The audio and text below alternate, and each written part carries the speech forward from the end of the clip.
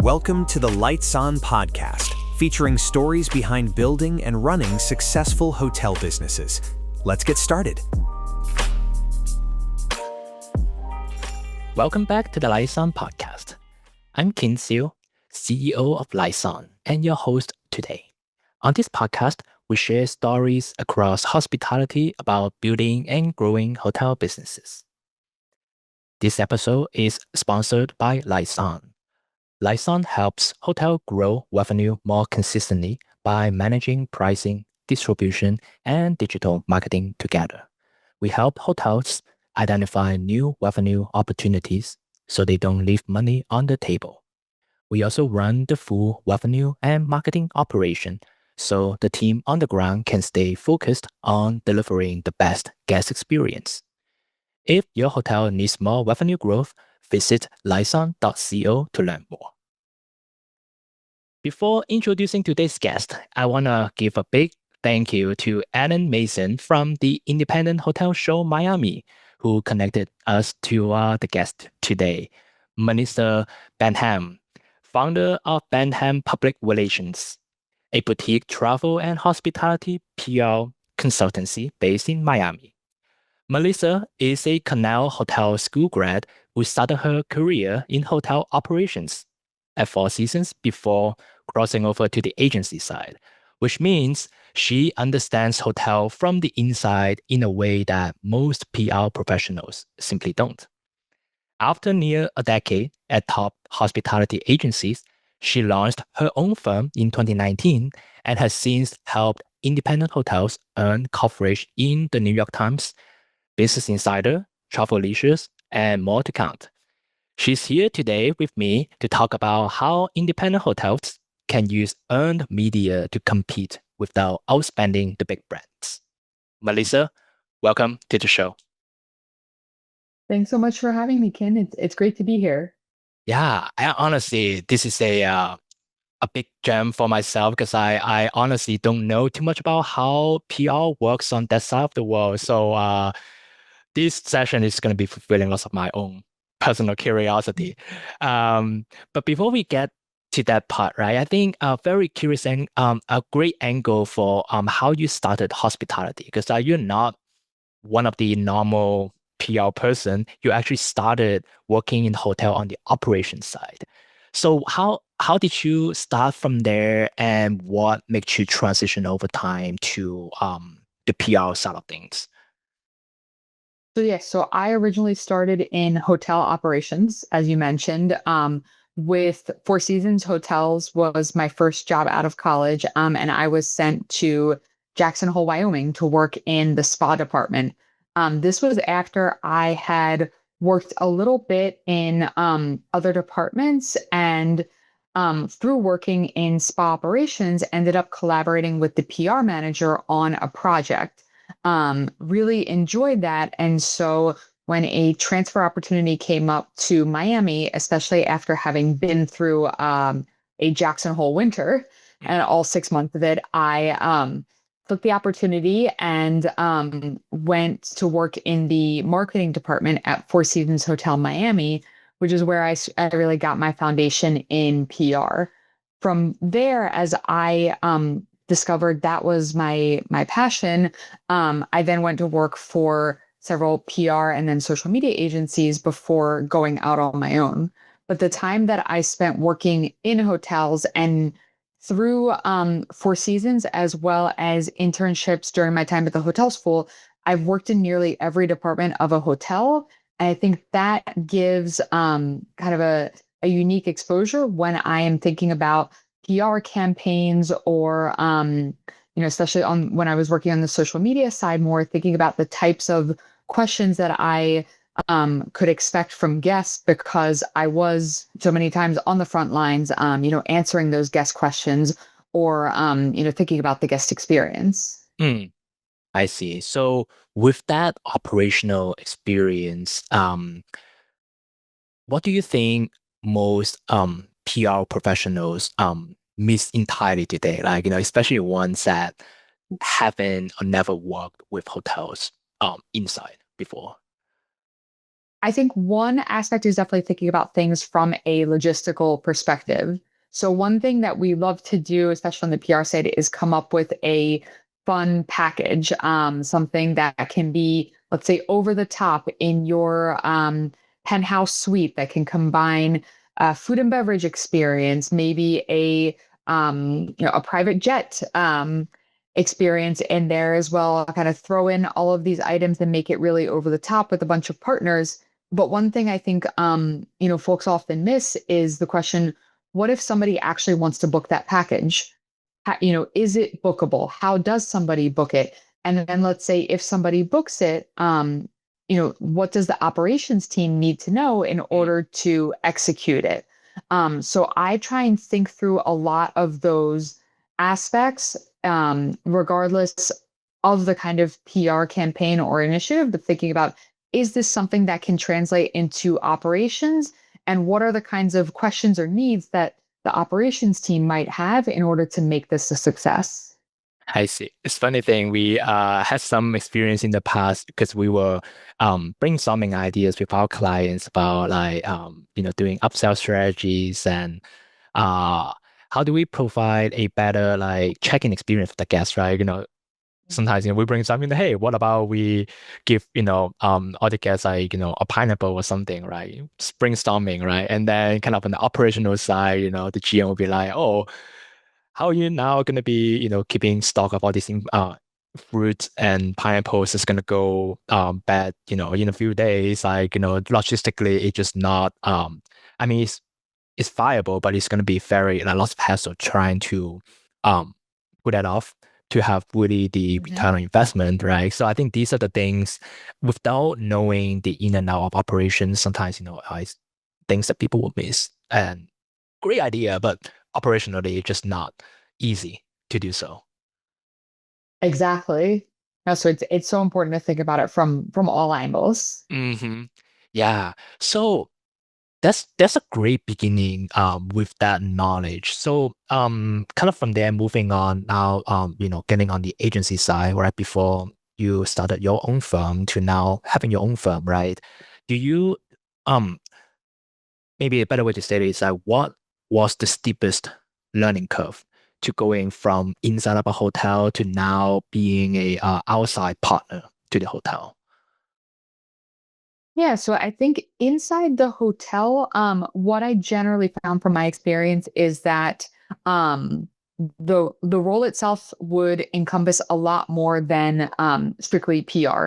So it may include, especially with a smaller team in a hotel, you might also be responsible for marketing, for content development, for graphic design, maybe for internal communications, kind of all of these things that end up going into one. And then on the agency side, the main difference is that you are doing mostly PR, especially if it's a PR agency, but you'll work typically on multiple clients. So for me, I adjusted from just working on one hotel and going really deep into all of the different campaigns and angles to working on multiple hospitality or travel clients. So it might be a mix of hotels or maybe a destination or a tourist attraction in there as well. And that skill has been something that has definitely helped me, especially since going out on my own, being able to manage effectively Mhm. different clients and different priorities. Yeah. Um, Can you walk us through how the sausage is made, right? Because I think from a hotelier's perspective, they work with PR agency, they know, the goal is to earning some, media coverage and all that, right? So I think lots of hoteliers just don't understand kind of how that whole end-to-end process would look like, right? So, and I know I think you had a great story a while back to earn some really good medias for a Florida property, Flamingo Lodge. Yes. So can we use that as an example just to walk through, how that end-to-end process work from kind of like, okay, we have to identify, you know, where and what kind of media needs to be earned, kind of from that process getting to having, something on the news, right? What is the whole process like? Yes. So a great example with that Florida property, Flamingo Lodge and Restaurant, is a travel and leisure story that we worked on. So we got a query from an editor at Travel and Leisure in it was, I think, January of 2024, saying, I'm interested in doing an Everglades feature in an upcoming issue. Can we talk further about this? So we got on a call with the editor there, talked through that she was thinking of assigning a writer to do it, and visit the Everglades and do a whole week-long immersive experience. Fantastic. So then we connect with the writer who gave more specific information about the dates and what he's thinking. That happened. His visit ended up happening in April. So leading up to the visit, a lot of the work that I and my team were doing were working on his itinerary. For example, when somebody says, let's say they want to come do a stay at your property or in your region, and you're leading it, you then come up with the itinerary. What are the things that they're going to do? How are they going to get from, let's say, the airport, or if they're driving in, how long does it take to get from point A to point B? Thinking through, just like with the hotel operation side, all the logistics. And then after his visit, working with him to answer fact-checking questions he had about the hotel or the Everglades as a whole. And then for that feature, they actually wanted to send a photographer in to mirror the writer's itinerary to capture images to go along with the piece. So then it was a matter of condensing the writer's itinerary for a photographer to come in, duplicate it, again, answering any questions that came up or such. And in total, it was over about 14 months, multiple calls, emails, in-person visits. And the result was a 8-page print feature in Travel and Leisure magazine, as well as an accompanying online piece about a week-long immersive experience in the Everglades, which not only featured the client, the Flamingo Lodge and Restaurant, but also featured various other partners and entities inside and outside of Everglades National Park. So, of course, the folks, our partners at the National Park Service, were incredibly happy with that as well. And the reason I like that example is because it shows, one, the timeline. So 14 months from start to finish. I often say that PR is the long game, and it is, it does require some waiting and a lot of follow up, but it's incredibly rewarding to see the results come together. And then also everything that goes into it, from the itinerary to helping answer questions to the photographer. There's really a lot of components, and it's so helpful for hotels and partners, especially the independent hotels, to have someone on their behalf to handle all of those aspects. Because, quite frankly, let's say an independent hotel that has multiple other, things that the marketing manager or such may be handling, may not have the time and resources to dedicate to, putting together an itinerary for and walking through a writer for that. But the coverage from that is, of course, so valuable that you wouldn't want that opportunity to pass you by. Yeah. I think people never will expect, oh, PR just, having somebody write an article, right? It shouldn't take 14 months, and just, knowing actually what happens outside of just, writing something, on the article. I think just that, it all turns into ultimately is the experience that we want to showcase, not necessarily like, and this is the part where I think lots of people are always talking about, oh, now when you have AI, you can write out these things. Why would somebody still need this kind of earned media and things like that, right? I think it's really those behind the scenes, like, the piece of content is the outcome, a distilled outcome of that 14 months of planning and prepping and things like that. I think people don't many people probably did not realize the process behind the scenes. Yes, one is, it's funny you mention about AI, because we do see that definitely as a trend in the travel and hospitality industry. But a writer friend recently remarked to me, and I think it's so true. She is prioritizing first person experience content. I visited this hotel and here's what it was like. Because that's simply just not the kind of thing that AI can do at this time. And people still want to read those kind of articles. Here's what it was like. Here's what you can expect for your trip. Yep, definitely. And actually, we will I have some questions for you that we can go kind of further in that area. Kind of back one thing I find very interesting, what you just mentioned is that PR is a long game, right? And uh, when you cannot show the very immediate return on investment in front of the hotelier, right? Because we all know everybody is talking about, I need more revenue this year. I need that ASAP. So how do you think about that long game and really showing the return on investment in the long term to a hotelier who's, all they're thinking about is kind of the immediate return, what I'm going to see in the next 2 to 3 months. Now, in this example, we're talking about even like a 14-month process, right? So how does that make sense for a hotelier?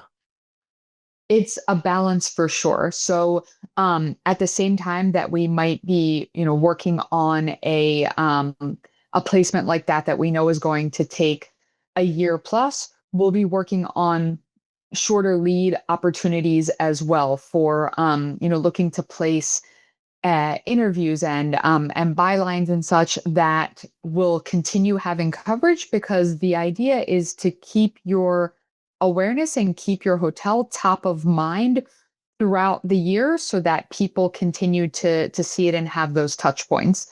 In terms of looking at it from the ROI perspective, one example I love to go with that I see a lot of hotels doing really well are strategic partnerships and alliances. So I actually did this for a museum client. So looking on more the travel attraction space, but I think it's definitely something that can be replicated for a hotel. So they had mentioned to me that like many hotels in Miami, August is a particularly slow month for them. And wanted some ideas about how we could, get some more people in. So I came up with the idea to partner with a local graffiti artist Mm. to do a spray painting pop-up workshop at the museum. And the way it worked was that it was included in your general admission ticket for the museum, but it was first come, first serve. So you had to be there early enough to guarantee admission. And so we promoted it. We got some fantastic media coverage through local outlets. We coordinated with the artist who had a strong social media following of his own to do pre event promotion. And in the end, the results speak for themselves. They had 9 times the amount of people buy tickets for that Sunday versus a standard weekend in August. So all those people bought museum tickets and then were free to explore the museum afterwards. But the important thing is, from the museum's perspective, they had that revenue come in, and it also opened up an opportunity for future collaborations with that artist, particularly for an untapped audience, at least as of that point, the parents, because a lot of the people that came to that workshop were the parents of the kids who wanted to meet the artist as well themselves. So I try and counsel hotels to, think about some of the local partners that you work with, or maybe some of those brand ambassadors who are already enthusiastic fans of your property. Could you maybe explore some sort of an event or collaboration or such with them that could be mutually beneficial, especially during a need period for you? Yeah, especially during need period when for many destinations, right? I think hoteliers tend to focus on the inbound traffic, travel demand, and not necessarily thinking about the local communities too, right? Which is Mhm. usually it could be a saving grace, when you don't have the inbound demand coming in. So now what can you do with your local communities to drive some of those demand? And, kind of the example that you gave was actually awesome, trying to like, it's a downtime. Now, let's actually, manufacture certain things to actually drive interest locally. Because there are people around you. Why always thinking about, people coming from afar, right?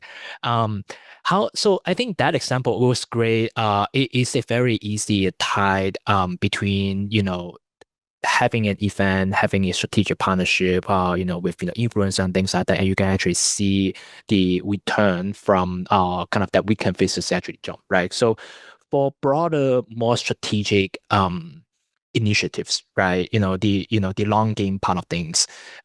Is that equally easy to measure the return on that? Like for example, when an earned media comes out, great piece of article, people read that and all that. So now trying to tie that to awareness in a way, or direct bookings in a way. Are there any best practices to do that? So one way is definitely to track, go into your Google Analytics, track, the top website refers for that Everglades hotel. Actually, we were able to see that in action. So, we secured a mention for them in the New York Times 52 places to go list, which was fantastic. And we were actually able to see the day that the online article came out, a huge spike in website visits. We know at least one of those turned into a booking because the guest came and said to the property team, I came because I read about this in the New York Times. But aside from that, you can take a look at the website traffic and as well as simply surveying guests. How did you hear about us? Sometimes it's a combination of things. I think what we often find sometimes, even thinking about ourselves when we travel and go to a hotel, is that we may not necessarily remember the first time we heard about it, but oftentimes, let's say we read about it in an article, and then we were talking with a friend about an upcoming trip, and they recommended that hotel as well. Or let's say then you see a social media post from them. So it can often be a combination of factors, and that's why we focus on keeping the awareness going, especially in, I will say, the outlets that really matter to you most. So focusing on, from a hotelier perspective, what does your GM read or listen to? What does your ownership team care about? Often asking those types of questions will help you a lot in the long run, as you can hone in on really what are the websites, magazines, even emerging media like podcasts like this, Substacks, or social media influencers. What are the ones that are most important? And oftentimes, a placement in one of those outlets, even if it's smaller, especially if it's important to your leadership or ownership, may have just as much ROI as some of those bigger ones that you find. Yeah. And I also want to add on to that, kind of from our perspective. I always like to think about when a piece of like great content like that comes out, right? It's almost like a crime not to repurpose those opportunity into many other different ways. How do we stack more actions on top of the great earned media, right? So, because we run lots of the pay ads campaigns and like that, for our clients, right? So when something comes out, uh, great awareness, great spike on that first moment. And afterwards, how do you gonna bake that into all sorts of other marketing initiatives that a hotel can do, right? Whether it's gonna be, keep building retargeting campaign from a pay ad perspective, so that like we kind of like sustain that awareness, right? So we don't want a great piece of content comes out, you got that one spike and it just died down from there, right? So I think finding other ways from a marketing perspective, whether it's going to be social media, whether it's going to be pay ads, when it comes to trying to kind of sustain that awareness and start turning those into booking. Now that also it's important to make sure every property's website from a conversion perspective is also solid, right? Because we don't want to create all this awareness, but not being able to convert those awareness into actual bookings. So sometimes what we saw is that, we generate lots of awareness, but when the website, it takes to like 12 clicks to really to get a booking, people drop from there. Then you're kind of like wasting all the investment to creating those awareness when, the guests literally just can't make a booking. Now they're gonna go, you know, once it's, they go to a competitor, or, they ended up just, going to Expedia or Booking and just, book through OTA versus the direct website. So those could be missed opportunities, wasted investments. So it just have to be looked at holistically. I think awareness is the first the trigger point, but every step along that way has to be thought carefully to maximize the impact. Exactly. And I will just say with those press mentions that you get, always sharing is great, especially for the writers of those pieces. If it's an online piece, you helping get more eyeballs on their piece helps them more. And when when their pieces get more eyeballs on them, then they're incentivized then to want to work with you more. So it helps everyone, and it's that third party credibility that when your guests see that, it just adds another layer for them. Oh, interesting angle. Because that actually goes both way, right? I did not realize that from a writer perspective, they also appreciate the shout out to on that side. Great tip on that one. Yeah. So since we're talking about the return on investment, right? I want to talk about a something that you did super cool a while back that earned you a HSMAI Adrian Award. When I think that was before your firm. So you built a social media campaign that delivered what, over 150x in terms of like return on investment. Can you share a bit more how that crazy return can be achieved? Yes, so that was really fun. That was for a Christmas in July hotel campaign that we used a Facebook offer for. So at that time, Facebook offers were a really great way to basically put out a sale and have it be easy for guests to book. So when the client told us that they wanted us to come up with a social media strategy for their annual Christmas in July sale, we came up with the Facebook offer as a way to position it.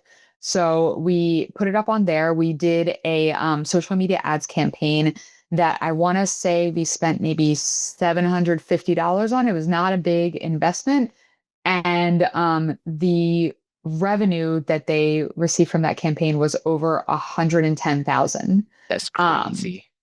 so was huge return on ad spend, and really fun. And for me, what was really fun about that campaign was we were able to do a bunch of tests. So we could test, for example, a GIF versus a static image, or a video versus a static image, and see in real time which was performing better, which had a lower cost per result, and then allocate that spend there. So that was for the data nerd in me, that was Yeah. a really fun campaign, and obviously was incredible to get recognized for that by HSMAI as well. Yeah, that's such a great story. Yeah, because I really not misstate it. It's 150 times on the ad spend. That's crazy. So and it was kind of like, a few years back then when Facebook offers was a thing, right? Do you see now we're in 2026? If you were to replicate, trying to replicate similar results, obviously that, we have a lot, the social media landscape, the PR landscape is a lot more different now, right? Do you see opportunities where how people can think about building a low cost, affordable campaign that could drive very asymmetric result?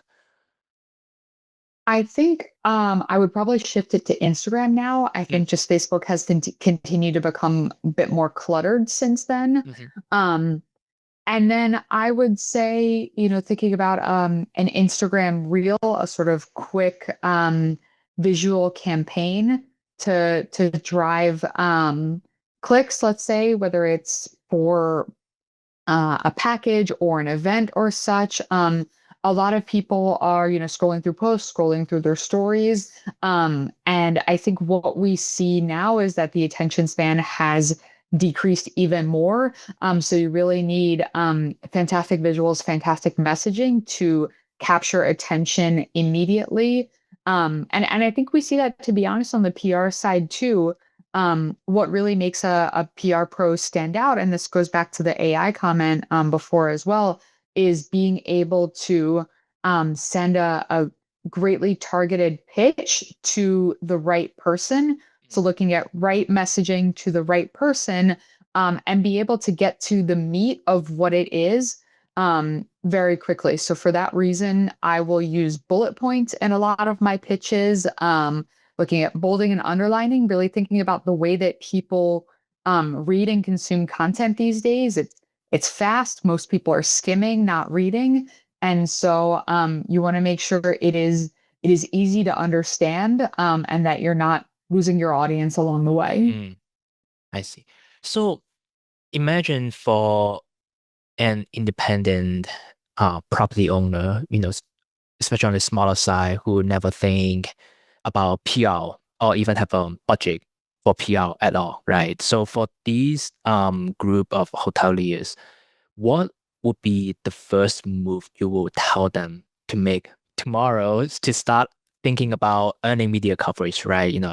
It could be hiring an agency, but if they don't have the budget, like what could they do or think about to earn some of those opportunities? So I would say first thing is look at your local tourism board, especially if Mm, you have a membership already with them, and make friends with them. A lot of independent hotels have memberships to their CVB, but rarely utilize all of the benefits. So those tourism boards are bringing in local, national, international media throughout the year to the destination. And they're always looking for hotel partners to host media, whether it's overnight or, let's say, if you have a restaurant, welcome them for a meal. And so if you are able to put your name in to participate in those, mm, host those media, that's a great way to start earning the media coverage. And you don't have to lay out expenses to bring in those media in. So that's, I would say, step one would be, make friends with and make sure that you are maximizing your tourism board membership that you're probably already paying for. mm, Um, and number two, I would say if you're interested in PR, look at exploring some options. There are PR agencies out there. There are PR consultants such as myself. So you can see kind of what might be the best fit, especially for an independent hotel.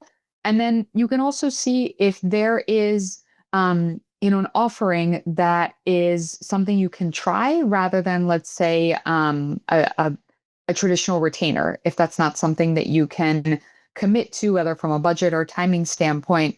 One thing that I offer, for example, is a PR boot camp.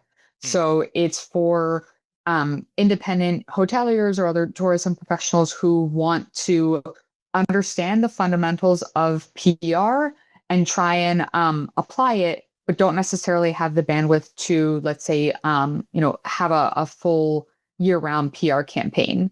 Or maybe is there a media opportunity that your GM or such has been approached with? That might be an opportunity to explore working with a PR consultant on media prep and everything related to that. So those are a few recommendations I would say, but definitely the biggest one, the tourism board one, I think is so important and is so often overlooked. Yeah, the tourism, but honestly, is such a hidden gem that people don't think often. Sometimes we talk about you know, we're getting to a point in the industry now, it's very competitive, right? When we think about marketing in general, not just PR, right? Every hotelier thinks really hard about competing, with the peers in the same market, right? Between hotels or hotels. We are like kind of seeing less and less on how a hotel can ride the wave with the destination marketing as well, right? Especially working with a tourism board, they really care about bringing traffic and demand for the destination. So kind of thinking about that and trying to ride that wave, it's just such a overlooked way to have big leverage, right? Not necessarily with a huge budget. Um, what's the most you've seen a tourism board would do for a hotel property with that route? I mean, they will support their partners. So one thing that I will say is that this pays dividends not just in terms of PR. So when you are responsive and eager to work with the tourism board, let's say their PR team on bringing in media, the PR team will then share your information with their sales team for bringing in leisure or corporate travelers, Mm. or let's say they're bringing in an airline fam to promote a new flight to the destination. They will sit there and think through who are hotel partners who are responsive and great to work with, and people that we can rely on to put together a fantastic experience for this fam.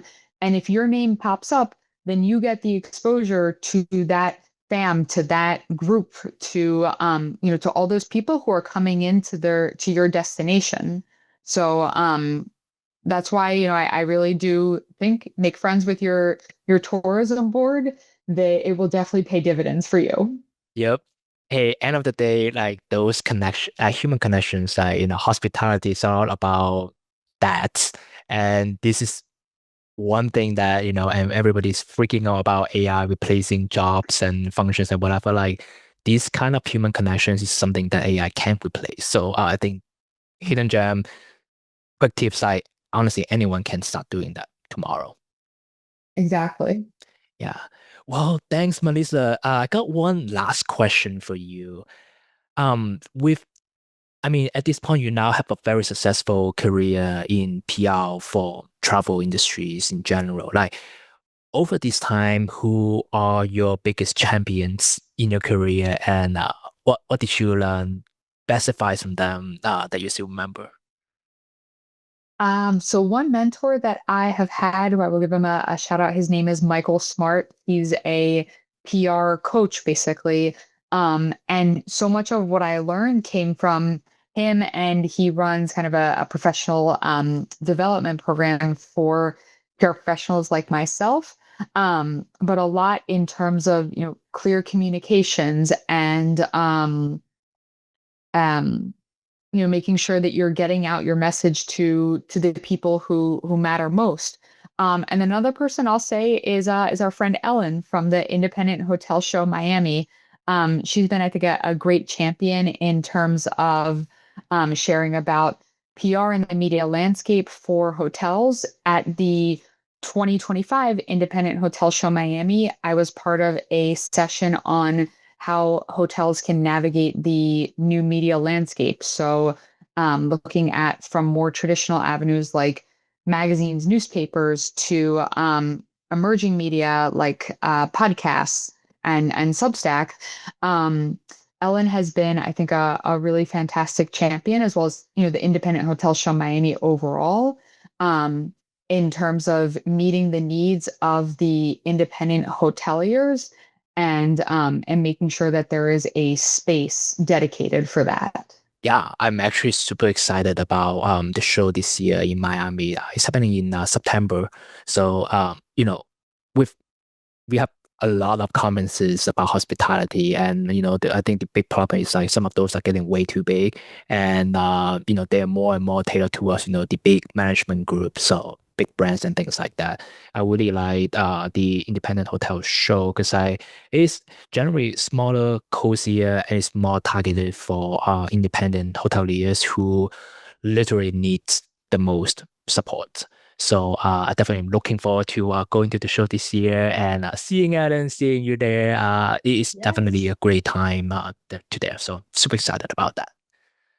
Yes, likewise. Yes. Melissa, where can people learn more about you? So my website is benhaimpr.com. And you can find me on LinkedIn at Melissa Benhaim. And I'm happy to connect with folks there. Of course, I will always answer any questions about PR and the media landscape. Awesome. Thank you, Melissa. Thank you so much for joining us and sharing the power of PR.